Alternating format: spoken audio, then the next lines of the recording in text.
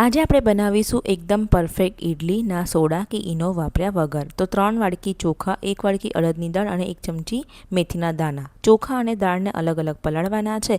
ચોખા કોઈ પણ લઈ શકો છો. મેં ઇડલી રાઈસ લીધા છે. પાણીમાં ડૂબાડૂબ રાખી 5 થી 6 કલાક માટે પલાળી લો.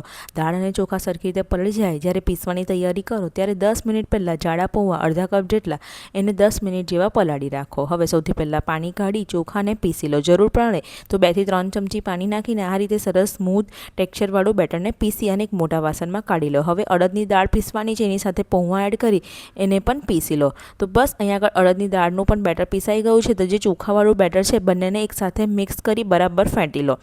હવે જો વાસણ મોટું હોય તો એમાં જ રાખો. જો વાસણ નાનું હોય તો 2 વાસણમાં તમે શિફ્ટ કરી લો, જેથી આથો આવે એટલે સરસ રીતે ફૂલશે. તો 7 થી 8 કલાક કોઈ પણ ગરમ જગ્યાએ મૂકી દો એટલે સરસ રીતે આથો આવી જશે. તમે જોઈ શકો છો. હવે બેટર જાડું છે એટલે મીઠું નાખવાનું. આથો આવ્યા પછી મીઠું નાખી અને એક સરખી કન્સિસ્ટન્સીનું કરી દો એટલે થોડુંક પાણી નાખી ઇડલીના બેટર માટે તૈયાર કરી લો. આમાંથી તમે ઢોસા પણ બનાવી શકો છો.